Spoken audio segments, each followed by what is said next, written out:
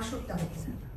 একদিন বিকেলবেলা আমরা দেখছি হঠাৎ বিকেল সন্ধ্যে 9 সবাই কেরম দাঁড় করিয়ে কিছু এক্সারসাইজ করাচ্ছেন বা কিছু ছোটবেলা অত প্রমিনেন্ট মনে বলতে পারছি না কি হচ্ছিল, কিন্তু একটা ফিগার আসছে মাথার পেছন দিক থেকে আসছে, হাফ হাফ শার্ট পরা, সাদা শার্ট, চশমা পরা, হাসি, এই তিনটেই খুব পরিষ্কার দেখা গেছে, সবাই দেখেছে, আমি একা না।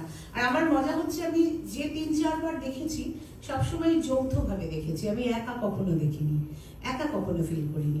তো এরকম দেখছি ওটা না ফ্লাই করে রেল লাইন, আমাদের ওই ঝিলের পেছনে রেল লাইন ছিল, ওরকম হাসতে হাসতে চলে যাচ্ছে।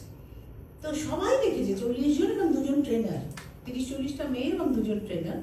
সেদিন প্রত্যেককে বাড়ি পৌঁছে দিতে হলো এবং বাড়ি ফিরে গিয়ে খুব আমি মানে ভয় পেয়ে গেছিলাম বলে খুব জ্বর এলো। তারপর থেকে না ক্লাবটা উঠে গেল, আর কখনোই ক্লাবটা হয়নি, কারণ কেউই আর বাড়িতে এদের ছাড়তে চায়নি, মানে বাড়ি থেকে ছাড়তে চায়নি। এটা হচ্ছে নাম্বার 1। নাম্বার 2 হচ্ছে, এটাও বলবো আমরা শুটিং করে ফিরছি বোলপুর থেকে এবং শেখর, শৈবাল, আমরা সবাই রয়েছি বাড়িতে। টাটা সুমোয় আসছিলাম বা বোলেরোতে আসছিলাম, 7-8 জনের টিম। এখন শেখরাতে এখানে আছে, জানতেও পারবে, এটা আমরা সবাই জানি আর কি, সবার দেখা। তো আমরা হাইওয়ে দিয়ে আসছি, বোলপুর ক্রস, মানে বোলপুরের থেকে কলকাতায় ফিরবো। তার পরের দিন লক্ষ্মী পুজো, মানে ফুল মুন আকাশে, একদম মানে হলুদ আলো, আর দুপাশে এরকম মাঠ, ওইটা দিয়ে যাচ্ছি, দেখছি রাস্তার দুটো নাগাদ আর কি, রাত 2টো নাগাদ। রাত শুটিং শেষ করে আমরা ফিরছি, ব্যাক করছি, পরের দিন লক্ষ্মী পুজো বলে। তো দেখছি যে একটা মহিলা অপূর্ব সুন্দর, ওরকম সুন্দর মহিলা আমি জীবনে দেখিনি, এবং খুব লেন, মানে ওটা মানুষের দেহ হয় কিনা বোঝা যাচ্ছে না, সাদা লাল শাড়ি পরা এবং বসে আছে, এত স্মাইলিং ফেস, মানে ওটা না খুব অপ্রাকৃত, দেখেই বোঝা যাবে যে ওটা মানুষের ফিগার হতে পারে না। তো সবাই দেখেছে, কেউ বলছে, কেউ কিছু বলছে না। একটু ক্রস করে যাওয়ার পর আমি বললাম যে আর একবার, মানে কেউ বসে আছে, বিপদে পড়েছে কিনা কে জানে। তখন শেখর বললো হ্যাঁ একজন মহিলা বসে আছে। সেইবার বললো গাড়িটা কি ঘোরানো যায়, এরকম আরো অনেকে ছিল আমাদের সঙ্গে। তো গাড়িটা যেতে যেতে ঘোরাতেও আবার সময় লাগে, কারণ কাঠ ইয়েটা থাকে না, তো কিছুটা যেতে হলো। যেতে হয়ে আবার যখন ফিরছি ওই জায়গাটায় এলাম, তখন এরকম সারা রাত দোকানগুলো খোলা থাকতো না, মিষ্টির দোকানগুলো। আমি তো বলছি অনেক বছর, 10-15 বছর আগের কথা। তো দেখলাম ওই ভদ্রমহিলা নেই, তার কোনো চিহ্ন নেই, এবং দুপাশের মাঠ, মানে সেই অনন্ত মাঠ দেখা যায়। তুমি দেখতে পাবে যে মাঠটা কত দূর অব্দি যাচ্ছে, একটা মহিলা গেলেও অতটা, দুপাশে তার অতটা যাওয়ার কথা নয়, অতটা যাওয়া সম্ভব নয়। তো সেই মহিলাকে আর কোথাও খুঁজে পাওয়া গেল না, মানে আমরা আবার গাড়ি ঘুরিয়ে ফিরলাম। আমি জানি না, এটা আমাদের সবার একসঙ্গে আমরা সবাই মিলে একই জিনিস হ্যালুসিনেট করলাম কি করে, এটা আমার প্রশ্ন। আর একই সঙ্গে এই প্রশ্নটাও আমি বিশেষ করে ঈশিতা, ডাক্তারবাবু দুজনকেই বলতে চাই। ধরো জীবন চলে গেলে যখন যদি আত্মা বলে কিছু থাকে, যদি আত্মা কোনো শেপ নেয়, মানে সে কি শেপ নিতে পারে, তার কি আলাদা কোনো ক্ষমতা তৈরি হয় যার ফলে সে নিজেকে আবার একটা ফিগারে আনতে পারছে, মানুষের মতো করে সে ব্যবহার করতে পারছে। এই যে তুমি বলছিলে, আমি শুনে নেবো আমার বলাটার পরে, 3 জন এই যে সেলিং দিয়ে, তাহলে তো একটা ফিগারের ফর্ম নিতে হয়েছে তাকে।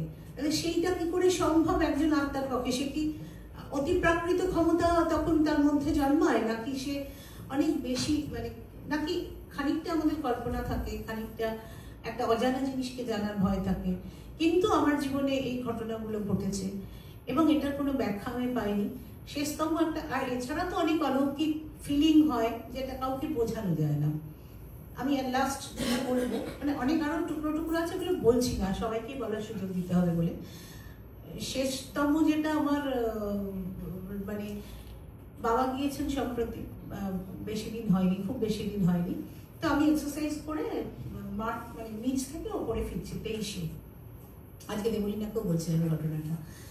তো ফিরছি, আমার সঙ্গে আমার ট্রেনার থাকে, প্রত্যেকদিন ও বেলটা বাজায়, সেদিনকে আমি বেল বাজিয়েছি, তখন 7:30 থেকে 8টা।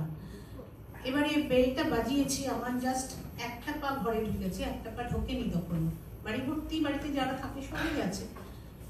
এবার দেখলাম যে সব আলোগুলো নিভে গেল এবং ধোঁয়া বেরোচ্ছে, আগুন বেরোচ্ছে। তাড়াতাড়ি সিকিউরিটিকে খবর দেওয়া হলো, নিচের থেকে ওরা ইলেকট্রিশিয়ান এলো, কি হলো দেখার জন্য।